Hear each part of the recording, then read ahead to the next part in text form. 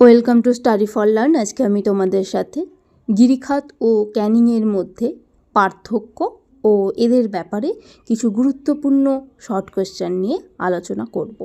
তাহলে চলো আলোচনা শুরু করা যাক। দেখো, প্রথম বিষয়ই হলো পার্থক্যের সংজ্ঞা। এখানে কি লেখা আছে? কঠিন শিলায় গঠিত আর্দ্র পার্বত্য অঞ্চলের মধ্যে দিয়ে প্রবাহিত নদী ভূমির ঢাল অধিক থাকায় প্রবলভাবে নিম্নক্ষয় করে যে সংকীর্ণ ভি আকৃতির গভীর উপত্যকা সৃষ্টি করে তাকে গিরিখাত বলে। তাহলে দেখবে এই গিরিখাতটা অনেকটা এরকম আকৃতি হবে, ভি শেপ। মানে কি হচ্ছে, নদী তার নিম্নক্ষয়টা বেশি করবে এখানে। তো নিম্নক্ষয় বেশি করলে নদীর যে ভি আকৃতির শেপ সেটা তৈরি হবে, আর তুলনামূলক পার্শ্ববর্তী ক্ষয়গুলো মানে এই সাইডের ক্ষয়গুলো কম হবে। তো তার জন্যই যে ভি আকৃতির ভূমিরূপটা গঠিত হবে তাকেই গিরিখাত বলবো। এরপরে দেখো আছে ক্যানিয়নের সংজ্ঞা। শুষ্ক জলবায়ুতে কঠিন শিলায় গঠিত পার্বত্য অঞ্চলে নদী প্রবাহিত হলে জলের অভাবের কারণে নদী মূলত নিম্নক্ষয়ের জন্য অত্যন্ত সংকীর্ণ ও গভীর আই আকৃতির উপত্যকা গঠন করে। শুষ্ক অঞ্চলের এরূপ উপত্যকা বা গিরিখাতকেই ক্যানিয়ন বলে। তাহলে শুষ্ক অঞ্চলে যে নদী থাকবে, নদীটা আই আকৃতির ভূমিরূপ তৈরি করবে। এই যে আই আকৃতির ভূমিরূপটা এখানে তৈরি করবে।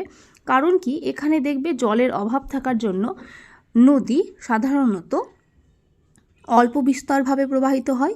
তো পার্শ্ববর্তী ক্ষয় কি বেশি করবে? কখনোই করবে না। ফলে নদী অল্প পরিমাণে নিম্নক্ষয় করবে। এরপরে দেখো 2 নম্বরে আছে অবস্থান। এখানে কি লেখা আছে? গিরিখাত আর্দ্র জলবায়ু অঞ্চলে সৃষ্টি হয়, আর ক্যানিয়ন দেখো বৃষ্টিহীন শুষ্ক মরুপ্রায় অঞ্চলে সৃষ্টি হয়। এরপরে দেখো 3 নম্বরে আছে উৎপত্তি। এখানে কি বলা হয়েছে? এখানে গিরিখাতে নিম্নক্ষয়ের সঙ্গে পার্শ্বক্ষয় দেখা যায়। তারপরে আছে দেখো ক্যানিয়ন। এখানে লেখা আছে প্রধানত তীব্র নিম্নক্ষয়ের ফলে সৃষ্টি হয়। মানে নদীর নিম্নক্ষয়টাই হবে, কিন্তু গিরিখাতে নিম্নক্ষয়টা বেশি হবে আর পার্শ্বক্ষয়টা কম হবে। এরপরে দেখো 4 নম্বরে আছে আকৃতি। এখানে গিরিখাত হবে ভি আকৃতি বিশিষ্ট আর ক্যানিয়ন হবে আই আকৃতি বিশিষ্ট। 5 নম্বরে আছে নদীখাত। এখানে দেখো কি লেখা আছে? গিরিখাত সাধারণত কম গভীর ও সংকীর্ণ হয়, আর ক্যানিয়ন সেটা অপেক্ষাকৃত সুগভীর ও খুবই সংকীর্ণ হয়। এবার দেখো এই প্রত্যেকটা পয়েন্ট হলো এক একটা শর্ট কোয়েশ্চেন। এরপরে দেখো 6 নম্বরে আছে ভূমির ঢাল। এখানে কি বলা হয়েছে? গিরিখাতে নদী উপত্যকার ঢাল তুলনামূলক কম হয়। তাহলে ক্যানিয়নে মনে রাখবে তুলনামূলক ঢাল বেশি হবে। 7 নম্বরে আছে দেখো উপনদীর সংখ্যা। এখানে কি বলা হয়েছে? দুপাশ থেকে কিছু উপনদী এসে নদী খাতে মিলিত হয়, আর ক্যানিয়নে শুষ্ক জলবায়ুর জন্য উপনদী এসে মিলিত হয় না, কারণ মরুভূমি অঞ্চলে বেশি তো জলের সম্ভাবনা থাকে না, তাই তো। এরপরে দেখো 8 নম্বরে আছে পৃথিবীর দীর্ঘতম। মানে গিরিখাতের দিক থেকে পৃথিবীর দীর্ঘতম গিরিখাত হলো চীনের ইয়াংশিকিয়াং নদীর ইচাং গিরিখাত, আর ক্যানিয়নের দিক থেকে পৃথিবীর দীর্ঘতম ক্যানিয়ন হলো আমেরিকা যুক্তরাষ্ট্রের কলোরাডো নদীর গ্র্যান্ড ক্যানিয়ন।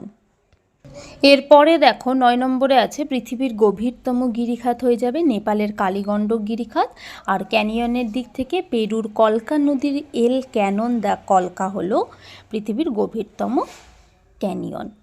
দেখো এই প্রত্যেকটাই কিন্তু হলো ছোট ছোট শর্ট কোয়েশ্চেন। মেনলি দুটো লাস্টের দিক থেকে, যেটা পৃথিবীর বৃহত্তম আর পৃথিবীর গভীরতম বললাম, সেটা কিন্তু অবশ্যই খুবই গুরুত্বপূর্ণ, তোমাদের শর্ট কোয়েশ্চেনে কিন্তু আসারই মতো। আর ছবি দেখে নাও, 10 নম্বরে আমি ছবি দিয়েছি। তাহলে আমি যেটা বললাম, দেখো এখানে পার্শ্ববর্তী ক্ষয় করতে করতে করতে করতে কী করেছে? নদীর নিম্নক্ষয়টাই বেশিটা করেছে, তাই তো। তাহলে এটা হলো গিরিখাতের ছবি। এরপরে দেখো যেটা ক্যানিয়ন, এখানে দেখো নদী পার্শ্ববর্তী ক্ষয় করেনি, শুধু নিম্নক্ষয়টাই করেছে, তার জন্য এটা হয়ে যাচ্ছে কি ক্যানিয়ন। আশা করি এই আলোচনাটা ভালো লেগেছে। তোমাদের আরেকটা কথা বলে রাখি, দেখো এই পার্থক্য থেকেই তোমাদের 2 মার্কের শর্ট কোয়েশ্চেন বা টিকা হয়ে যাবে। কিভাবে?